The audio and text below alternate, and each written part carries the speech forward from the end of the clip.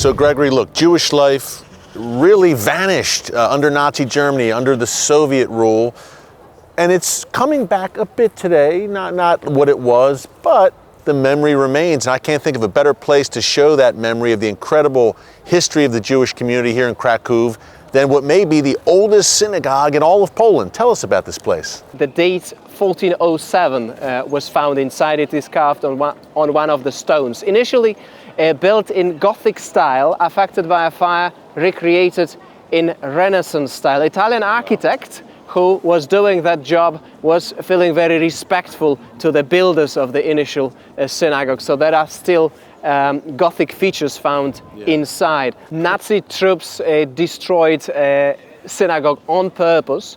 It remained a ruin until 1950s when city decided to recreate it. It was recreated, restored, and eventually was adapted to be a museum of the Jewish heritage.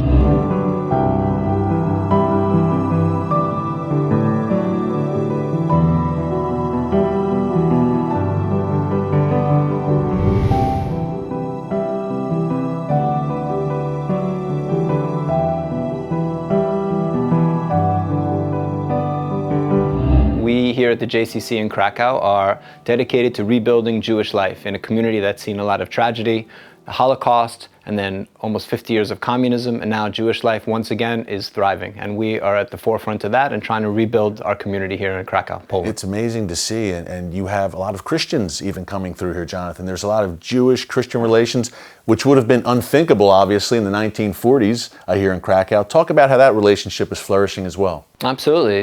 The environment that we exist in, Poland is of course a very Christian country, and with most of the population being Christian, and we here in Krakow work very closely with the local Christian community to help rebuild life. We actually at this JCC, which is a small JCC, it's not an American huge JCC, we have over 70 non-Jewish volunteers here who help us with all that we're doing. What was the response among the Jewish diaspora around the world that Jewish life being reborn in Krakow of all places and a JCC starting up? Had to be a pretty enthusiastic response from people, considering the symbolism of this city and what happened here during World War II. Yeah, absolutely. We find that now the response is overwhelming. We raise most of our budget overseas to be able to do what we're doing here, which is taking care of Holocaust survivors. We have 60 Holocaust survivors here in the building.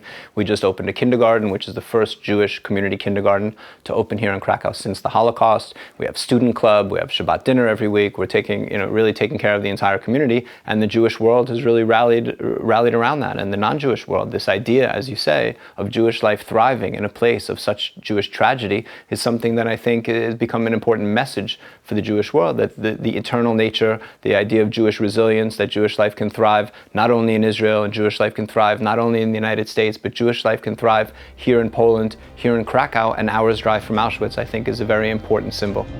Up next, my final thoughts on the fight against anti-Semitism and how you, yes you, have a sacred duty to stand up against it. Stick around.